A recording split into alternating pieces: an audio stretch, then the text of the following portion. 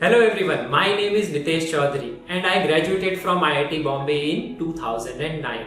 I have recently joined Sandeepni Gurukul as Foundation and Academic Director. Her parent का सपना होता है कि उनका जो बच्चा है वो IIT जेईई का एग्जाम क्लियर करे, नीट, मेडिकल, एम्स का एग्जाम क्लियर करे या वो एक बहुत ही अच्छा इंजीनियर बने और बहुत ही अच्छा वो डॉक्टर बने, बहुत अच्छे कॉलेज से ग्रेजुएशन करे। लेकिन उसकी जर्नी क्लास 11 से स्टार्ट नहीं होती है। उसका जो प्रिपरेशन प्रोसेस है वो बहुत ही जल्दी स्टार्ट हो जाता है। तो उसके लिए हम यहाँ पे फाउंडेशन प्रोग्राम लेके आए हैं। Along with the CBSE curriculum हम फाउंडेशन चाहते हैं स्टूडेंट्स का इतना स्ट्रांग हो कि वो क्लास 11th में जब आए तो उसको ऐसा फील नहीं हो कि एक नई दुनिया में वो पहुंच गया है। मोस्ट ऑफ द स्टूडेंट्स यही प्रॉब्लम फेस करते हैं अपनी प्रिपरेशन में, भले ही वो मेडिकल की प्रिपरेशन कर रहे हो या इंजीनियरिंग एंट्रेंस एग्जाम्स की प्रिपरेशन कर रहे हो। So it all starts from the basics. अगर बेसिक्स क्लियर हैं तो आगे बढ़ने में बिल्कुल भी प्रॉब्लम नहीं होगी। जैसे किसी भी एक बिल्डिंग का जो सबसे इंपॉर्टेंट पार्ट होता है उसका फाउंडेशन, वैसे ही जो ये जर्नी है प्रिपरेशन एग्जाम की, कॉम्पिटिटिव एग्जाम की, उसका भी फाउंडेशन स्ट्रांग होना बहुत जरूरी है। So I welcome all the parents and guardians to be a part of this journey. Let us build our children future together. Sum 180 degree. तो जनरली हम ये सिर्फ दो डायग्राम्स को यूज करते हैं जिससे क्वेश्चन को सॉल्व करते हैं। तो यहाँ पे जैसे देखो ये वाला डायग्राम अगर हम देखेंगे तो यहाँ पे आपको दिखेगी एक कॉर्ड पीआर, ठीक है। तो एक कॉर्ड पीआर है, उसका ट्रायंगल हम फॉर्म कर रहे हैं सेंटर ऑफ सर्कल के साथ में, POR, ठीक है। ये है triangle with centre of circle.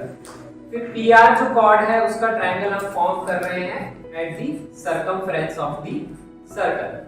तो अब यहाँ पे ये जो दोनों ट्रायंगल्स हैं ये सेम साइड पे होने चाहिए, ठीक है। अगर दोनों ट्रायंगल्स अपोजिट साइड में होते हैं तो उसके केस में आप क्या फॉर्म करो, एक साइक्लिक क्वाड्रिलेटरल बना दो। इस तरह से सॉल्व करना इजी रहता है, इसीलिए हम साइक्लिक क्वाड्रिलेटरल फॉर्म करते हैं। अगर दोनों ट्रायंगल्स अपोजिट साइड में फॉर्म हो रहे हैं कॉर्ड के, सेंटर ऑफ सर्कल से और सर्कमफ्रेंस ऑफ द सर्कल से, तो उसके केस में आप क्या करो, इस कॉर्ड से साइक्लिक क्वाड्रिलेटरल कंप्लीट कर दो। तो यहाँ पे अगर मैं इसमें देखूंगा तो इसके लिए मैं क्या करूंगा, यहाँ पे ये वाला ट्रायंगल सेंटर ऑफ सर्कल से बन रहा है और ये वाला triangle circumference of the circle से बन रहा है। तो यहाँ पे मैं क्या करूंगा, क्वाड्रिलेटरल कंप्लीट कर लूंगा। तो मैं क्या करूंगा, यहाँ पे इसको किसी भी एक पॉइंट सर्कमफ्रेंस से जोड़ के ये क्वाड्रिलेटरल कंप्लीट कर दूंगा, ठीक है। इसीलिए हम क्वाड्रिलेटरल कंप्लीट करते हैं क्योंकि ये दूसरा वाला डायग्राम इसी से हमने नेक्स्ट प्रीवियस क्लास में डिस्कस किया था। तो अब यहाँ पे अगर ये 100 होगा तो हम ये बोल सकते हैं कितना होगा, 80 डिग्री, क्योंकि अपोजिट एंगल का सम कितना होता है, 180 डिग्री। अब हम यहाँ पे ये वाला जो ट्रायंगल है सेंटर ऑफ सर्कल पे और ये वाला जो ट्रायंगल है सर्कमफ्रेंस पे, इसमें प्रॉपर्टी लगा सकते हैं ये वाला, that is on the same side of the chord. So यहाँ पे अगर ये 80 है तो उसका डबल यहाँ पे एंगल हो जाएगा 160 डिग्री। इस तरह से हम इस क्वेश्चन को करेंगे सॉल्व। समझ में आया? तो अब अपने को यहाँ पे क्या निकालना था, ये निकालना था OPR, सॉरी, अच्छा अब अपने ये वाला एंगल निकालना। तो अब अपन ने ये वाला एंगल निकाल लिया, तो अब अपना OPR जो एंगल है वो ये वाला एंगल, और मैंने जो बताया था ये वाला जो ट्रायंगल बनता है सेंटर ऑफ सर्कल के साथ में, इसमें ये आइसोसेलेस ट्रायंगल होता है, ठीक है। अपोजिट साइड इक्वल होती है, तो इसीलिए ये वाला एंगल भी क्या होते हैं, इक्वल होते हैं। तो यहाँ पे अगर हम इस एंगल को x मान लेंगे तो ये भी हमारा क्या होगा, x। फिर हम प्रॉपर्टी लगाएंगे sum of all the angles of a triangle is equal to 180 degree, क्योंकि हमें एक ही वैल्यू फाइंड करनी है इनसाइड ए ट्रायंगल। किसी भी ट्रायंगल में अगर आपको एक ही इंफॉर्मेशन फाइंड करनी होती है तो उसको मोस्टली हम sum of angles of a triangle 180 लगाते हैं अगर एंगल की वैल्यू हमें फाइंड करनी है। तो इसलिए हम यहाँ इक्वेशन बनाएंगे x + x + 160 is equal to 180। तो यहाँ से 2x आ जाएगा 20 डिग्री, तो यहाँ से आपके x की वैल्यू आ जाएगी 10 डिग्री। तो ये वाला क्वेश्चन हो गया फर्स्ट वाला क्वेश्चन। इसीलिए हम इसमें साइक्लिक क्वाड्रिलेटरल फॉर्म करते हैं। उसका रीजन यही है क्योंकि यहाँ पे जो रिलेशन होता है वो सेम साइड पे होता है। अगर अपोजिट साइड में ट्रायंगल्स बनते हैं तब आपको हमेशा साइक्लिक क्वाड्रिलेटरल फॉर्म करके ही क्वेश्चन को सॉल्व करना पड़ता है, ठीक है। तो ये अपना फर्स्ट क्वेश्चन। अब अपन देखते हैं ये सेकंड क्वेश्चन। तो सेकंड क्वेश्चन पे अगर हम देखेंगे तो ये हमारी कॉर्ड AB, ठीक है। इसका ट्रायंगल फॉर्म हो रहा है सेंटर ऑफ द सर्कल पे सेम साइड में, और जो ट्रायंगल ACB फॉर्म कर रहा है वो भी same side of the chord की, ठीक है। तो ये वाला डायग्राम, इसमें सेम साइड पे ही सेंटर ऑफ सर्कल के साथ ट्रायंगल और सेम साइड पे ही क्या है, सर्कमफरेंस ऑफ द सर्कल के साथ ट्रायंगल फॉर्म हो रहा है। तो अब हम यहाँ पे प्रॉपर्टी लगा सकते हैं कि यहाँ पे जितना एंगल है उसका हाफ एंगल कहाँ पे होगा, सर्कमफरेंस ऑफ द सर्कल पे होगा। तो हम यहाँ से ये बोल सकते हैं कि यहाँ पे अगर एंगल 90 डिग्री है, इसका हाफ यहाँ पे होगा। तो 90 का हाफ कितना होता है, 45। तो पहली चीज तो हम ये निकाल सकते हैं, ये वाला एंगल कितना होगा, 45 डिग्री होगा। तो हमेशा ट्रायंगल्स को नोटिस करा करो, कॉर्ड का with the centre of circle and the triangle with the circumference of the circle. Sir एक बार फिर से बताना, ये वाला, यस। हाँ, तो देखो हमेशा जब भी डायग्राम दिया हुआ होता है सर्कल्स का, तो सर्कल में आप हमेशा एंगल्स नोटिस करना होता है। ये है हमारी कॉर्ड AB, ठीक है। कॉर्ड AB है, ये हमारा सेंटर ऑफ सर्कल है। तो हमने एक ट्रायंगल बनाया है सेंटर ऑफ सर्कल के साथ कॉर्ड AB का AOB, ठीक है। तो ये वाला ट्रायंगल है, ठीक है। फिर अब हमने लिया है एक पॉइंट सर्कमफरेंस पे, same side of the centre, जहां से ऊपर की तरफ नीचे रहता तो ये वाला डायग्राम होता, ऊपर सेंटर है, नीचे सर्कमफरेंस का पॉइंट है। जैसे ये वाला क्वेश्चन था, यहाँ सेंटर नीचे था, सर्कमफरेंस का पॉइंट ऊपर था, कॉर्ड के अपोजिट साइड। तो ये दो ट्रायंगल उल्टे अपोजिट बन रहे थे। तो उसके केस में अपन ने साइक्लिक क्वाड्रिलेटरल को फॉर्म किया ताकि सेम साइड के ट्रायंगल को हम यूज कर सकें। लेकिन इसमें अगर देखोगे तो कॉर्ड के सेम साइड में सेंटर है, कॉर्ड के सेम ही साइड पे सर्कमफरेंस पे एक पॉइंट है। यहाँ से अपन एक ट्रायंगल बना रहे हैं और यहाँ से अपन एक ट्रायंगल बना रहे हैं। ये दो ट्रायंगल सेम साइड पे बन रहे हैं। अगर सेम साइड पे बनते हैं तो ये प्रॉपर्टी होती है कि सेंटर पे जितना एंगल होता है उसका हाफ एंगल सर्कमफरेंस पे होता है। तो इसलिए यहाँ पे ये जो एंगल है 90, इसका हाफ कितना हो जाएगा, 45। और अगर आपने को ये दिया होता 45 तो अपन बोल देते ये कितना होगा, 90। तो एक तो ये प्रॉपर्टी होगी। दूसरे हमेशा ध्यान रखें कि ये जो भी ट्रायंगल बनता है सेंटर ऑफ सर्कल के साथ, फिर से मैं बता रहा हूँ ये ट्रायंगल क्या होता है, this is an isosceles triangle. ये हमेशा होता है। क्यों होता है, क्योंकि इसमें यहाँ पे ये वाली लेंथ भी रेडियस के बराबर है, ये वाली लेंथ भी रेडियस के बराबर है। सेंटर का सर्कमफरेंस पे जो भी सर्कल पे पॉइंट होता है उससे डिस्टेंस हमेशा क्या होता है, रेडियस के बराबर होता है। तो हमेशा इस ट्रायंगल को हमेशा ध्यान रखो, this is always an isosceles triangle. तो आइसोसेलेस ट्रायंगल में क्या होता है, जैसे यहाँ पे भी नोटिस करो, ये वाला ट्रायंगल हमारा आइसोसेलेस ही था। तो आइसोसेलेस ट्रायंगल ये हमेशा होगा। इस ट्रायंगल में अगर आपको एक एंगल दिया हुआ है तो आप बाकी सारे एंगल बहुत इजीली निकाल सकते हैं। जैसे यहाँ पे इसमें ये दिया हुआ था सेंटर के साथ एंगल, तो ये दोनों एंगल इक्वल थे, तो हमने डायरेक्ट इक्वेशन बना के ये निकाल ली।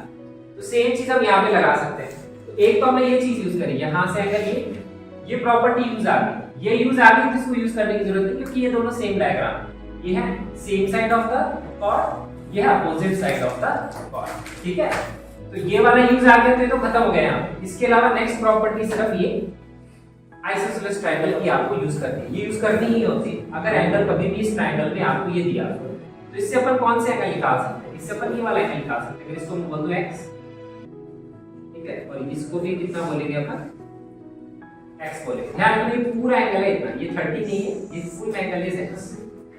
AOB जो ट्रायंगल है ये आइसोसेलेस है, इसके अपोजिट एंगल ये x, इसके अपोजिट एंगल।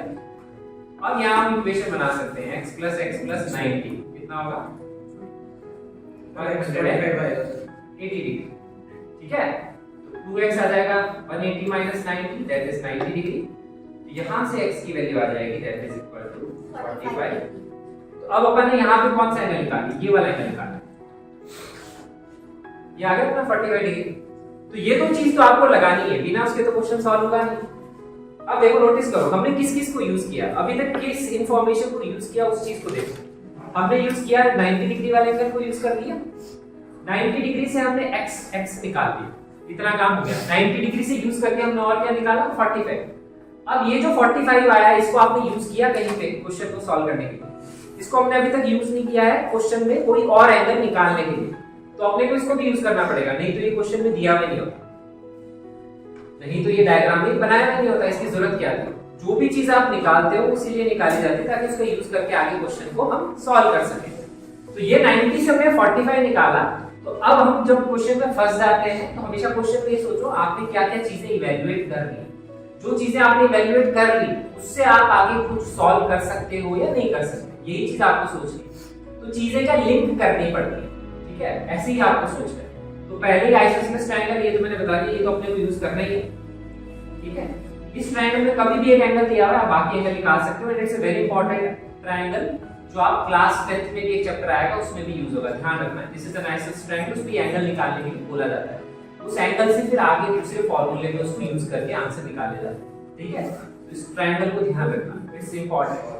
फिर यहाँ पे हमने देखा ये वाला एंगल 90 से 45। अब मेरा आइडिया ये कि मेरे क्वेश्चन में फंस गया, तो मुझे पता है मैंने अभी तक 30 डिग्री को यूज नहीं किया जो क्वेश्चन में दिया हुआ था, और जो मैंने 45 डिग्री निकाला मैंने उसको भी यूज नहीं किया। तो फिर मैं सोचता हूँ कि अब क्वेश्चन में अपने को निकालना क्या है, हम वो देखते हैं, हमें निकालना क्या है, फिर उस पर फोकस करते हैं, फिर देखते हैं क्या पता हमारा उससे रिलेटेड कुछ समझ में आए कि हमें क्या निकालना है। तो क्वेश्चन में हमें निकालना है CAO, तो अब CAO पे फोकस करो। CAO कौन सा एंगल? ये, दिस इज योर, ये नहीं है, सॉरी आधा वाला, नॉट दिस वन। CAO है ये वाला, सर 45, ये वाला निकालना है, ठीक है। This angle we have to find, ठीक है। तो अब अपन ने निकाला कौन सा एंगल, इसके पास वाला एंगल x निकालिए, अपने को ये निकालना। तो सपोज मैं इस एंगल को मान लेता हूं y, ठीक है। तो अब देखो y अपने को निकालना है, अपने को x पता है, तो अपन ने सॉल्व क्या किया, अपन ने x निकाल लिया, अपन ने और क्या निकाला, 45 निकाला, और अपने को क्या यूज करना है, 30 यूज करना है। वो तो अपन ने अभी तक यूज किया नहीं क्वेश्चन में जो दिया हुआ था, तो हमने 45 निकाला, यूज नहीं किया, 30 निकाल लिया, उसको भी यूज करना है, और अपने को x भी यूज करना है। ये तीन एंगल को यूज करके y निकालना। तो अपन सोचेंगे कि इन तीनों एंगल्स और y को मिला के कोई फिगर बन रहा है या नहीं बन रहा है। किसी को दिख रहा है फिगर? ट्रायंगल बन रहा है। नोटिस करो 45, 30, x और y इन सबको मिला के एक ट्रायंगल फॉर्म होता है। उस ट्रायंगल से ही अपन क्या निकालेंगे, y। अब मैं क्या बोलूंगा, 45 plus 30 plus x plus y is equal to 180 degree. तो हम यहाँ पे इक्वेशन बनाएंगे 45 प्लस 30, x कितना था अपना, निकाल लिया हमने 45 प्लस 45, ये हमारा x है, ध्यान रखना, plus y is equal to क्या हो जाएगा। तो अब यहाँ से कितना आएगा 120 और 180 माइनस 120 कितना हो जाएगा, 60। हाँ सॉरी। तो यहाँ पे हमेशा क्वेश्चन में ये चीज ध्यान रखो, क्वेश्चन कितना भी लेंथी हो, कितना भी बड़ा हो सकता है, उसमें घबराना नहीं होता। हर स्टेप्स में जो भी आप कैलकुलेशन कर रहे हैं, तो जैसे इन्वेस्टिगेशन करते हैं ना, कोई मर्डर मिस्ट्री होती है, कोई किसी ने कोई मूवीज देखी होगी जिसमें लिंक्स होते हैं ना, तो कोई भी चीज अगर आप फाइंड करते हो उसको यूज करके आपको नेक्स्ट चीज में यूज कर सकते हैं। बस यहीं पे आपको लिंक करना होता है। अगर एक बार ये लिंक करना सीखोगे तो क्वेश्चन सॉल्व करना इजी हो जाता है। जो भी चीज निकाली सोचो इसको हम कैसे यूज कर सकते हैं क्वेश्चन को सॉल्व करने के। तो ये दो डायग्राम है, इंपॉर्टेंट होते हैं, ध्यान रखिए। सेम साइड में ट्रायंगल्स एंड अपोजिट साइड में। जब अपोजिट साइड में होता है तब हम साइक्लिक क्वाड्रिलेटरल बनाते हैं, सेम साइड में होता है तो हम साइक्लिक क्वाड्रिलेटरल नहीं बनाते, उसमें तो प्रॉपर्टी ही